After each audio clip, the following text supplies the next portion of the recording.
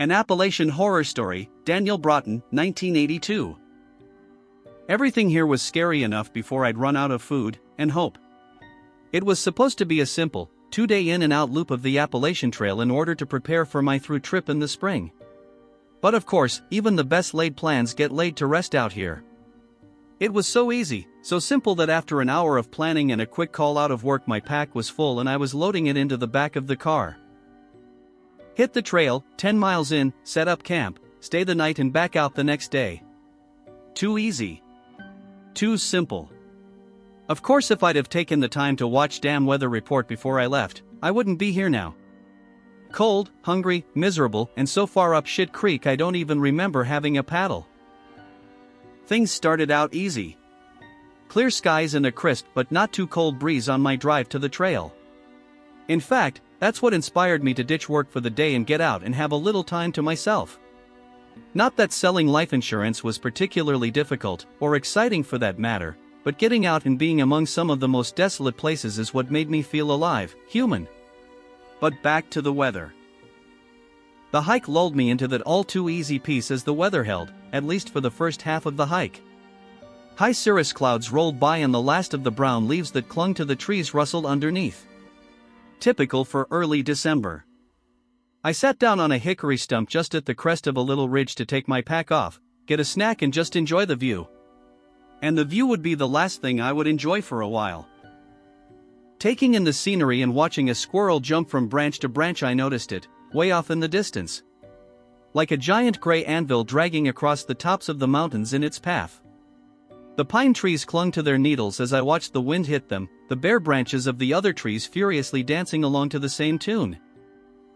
As I watched this monstrous weather system barrel toward me with an alarming speed for this time of year, I knew I wouldn't have the 2 hours it took me to make it back to the car, or the additional 2 hours it would take me to reach my campsite. This was the time to make what we would call a business decision. By the looks of it, I had maybe 45 minutes until this thing was on top of me. From the way those trees were moving, I knew I'd have to get clear of anything big and dead for fear of it falling right on top of me. I also didn't want to sit atop this ridge and get hooped by the absolute worst of this storm, so I went down. I had no choice but to get off the trail, first mistake. But I had to act fast to get out of harm's way. I half-walked, half-slid about 50 feet down the slope and found an overhang underneath a small outcropping of rock that, while not deep enough to keep me completely dry, should at least serve to anything larger than raindrops from hitting me in the head. I nestled up as far as I could in my home for the next few hours and worked quickly to break out whatever I had to keep me dry. Now usually, I employ a small but comfortable enough solo tent that has just enough room for me and my bag. Well, without the time or the proper area to set that up, I'd have to make do with the small packable raincoat I carry on the milder days and a rain cover for my backpack that is in essence and appearance just a giant shower cap. We'll call this lack of preparation mistake number 2. Settling in, I could see it was getting dark.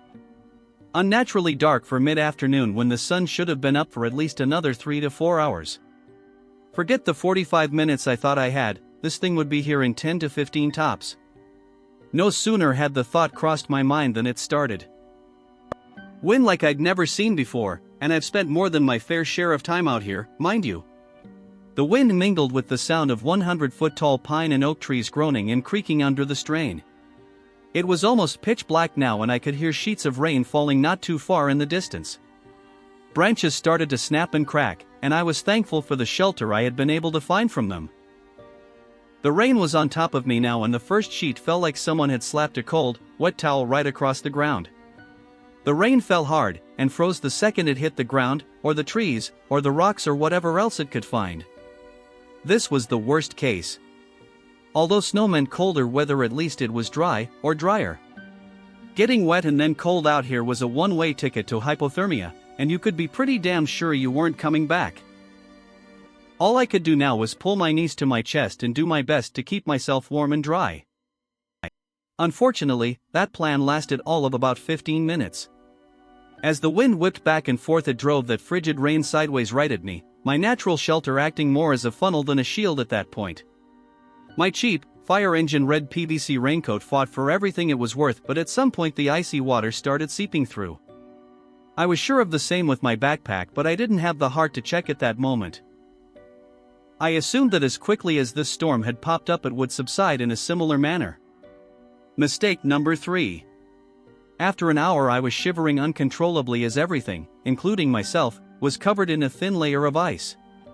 The wind continued to throw rain, branches and anything else unfortunate enough to be too light in every direction.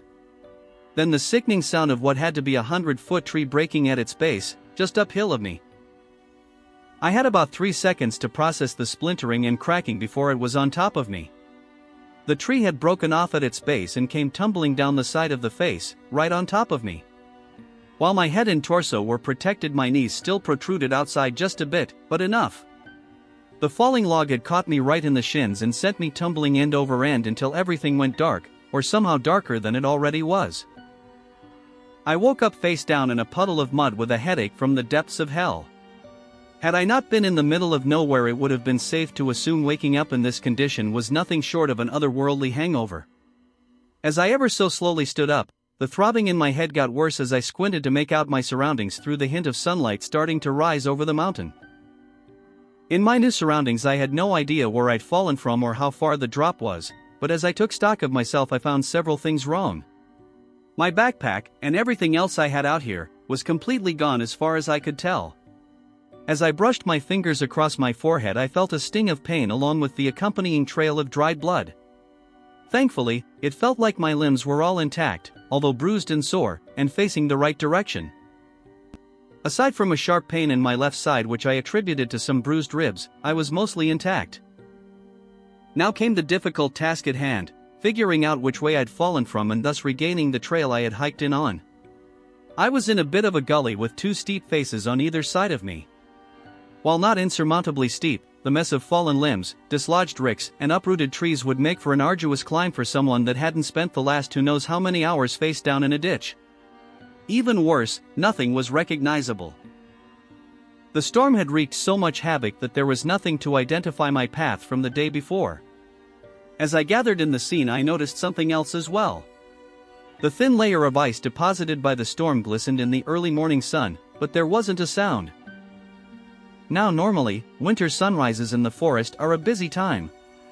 Whatever animals aren't burrowed away for the winter come out as soon as they see light to seek some refuge from the cold and frost of the night before. I would have expected to hear birds chirping, some leaves and branches rustling, but nothing. Just icy stillness and deathly quiet. The only thing that could have made it scarier was the distant sound of banjos. Anyone who's been lost in a forest can attest to the fact that it's easy to get turned around, and on top of that if you don't know where you are everything starts to look the same. Many a lost hiker has walked through the woods for hours, days, and sometimes even weeks only to end up right back in the same place they started. Some say it's because we favor one leg or side, or it's just a natural inclination to lean one way or the other. Regardless, it's rather fruitless to wander without a known destination.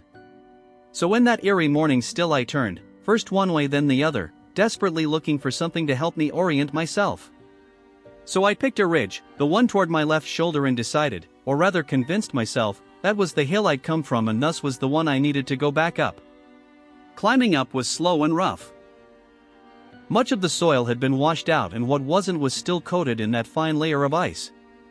Not to mention the maze of briars, mountain laurel and rhododendron that kept visibility to mere feet in front of me. Last but not least, the damage from the storm had dislodged everything from branches to entire trees. For what felt like hours I picked, trudged, and waded my way through thorns, thickets and who knows what else. With the undergrowth blotting out the sun, the only guide I had was up, knowing that moving uphill would hopefully get me back to my starting point, and out of this nightmare. With my backpack and all the other rather expensive supplies I'd spent years accumulating, I doubted I'd be back out here very soon once I got back to my car. I'd drive away and leave this nightmare behind, relegated to a now rather hazy memory. But hours of arduous climbing, many times on all fours, yielding nothing. As I finally crested the ridge I found, nothing. Not a trail, a clearing, or even a stump to sit on.